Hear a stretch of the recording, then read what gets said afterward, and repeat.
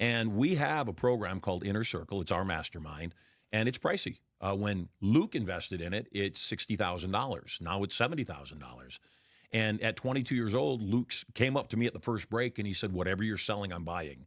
I said, "I'm selling a $60,000 program." He said, "I can give you a deposit. I've got to fly back to Chicago to put the rest of the money together, except I'm buying." And that's what he did. I would agree with you that those that are afraid to buy are always afraid to sell. And I'll say it again. Those that are afraid to buy will telegraph that fear when they're selling and cause the people they're selling to become afraid. Those that like to buy will instantaneously telegraph that to the people they're interacting with because that's how they genuinely feel. Are you a buyer? I am. Okay. Yep. I'm a big buyer. Okay, great. So when you come to my, I'm just joking. I'm not. No, don't joke. Say it. No. I'm just. But you see, that's the point, though. Boldness is rewarded. So I don't know what I'm going to sell you. I'll buy whatever when you you're buy selling. from me. Yeah, whatever you're selling. The thing though is that if you're not selling something that you have a moral and ethical obligation to sell, meaning you make the world a better place when you sell it, and the world is harmed when you don't sell it, then you need to figure out what that thing is. So when I sell to you, I sell with a clear conscience. I sell actually not just with a clear conscience. Should you not buy from me, I feel bad for you. Not for me. I feel bad for you, and I know that I screwed your life up, that I hurt you by not selling you something that I know will benefit your life forever. You know, I've heard from people that have experienced your programs that, people talk about personal development growth, the things that really have changed their lives. They talk about Landmark. They talk about a few other things.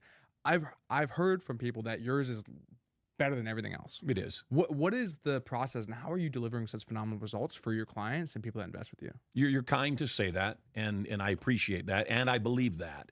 And I believe what our distinction is twofold.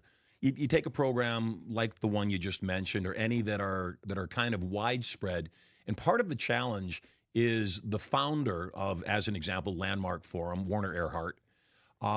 He's not involved in the program anymore. So as he's been away from it, it's morphed into something very, very different. Because I still teach 100% of my programs, they're getting it right from the source. I've made over $600 million doing what I do, so it's not about money anymore. Thank you, God.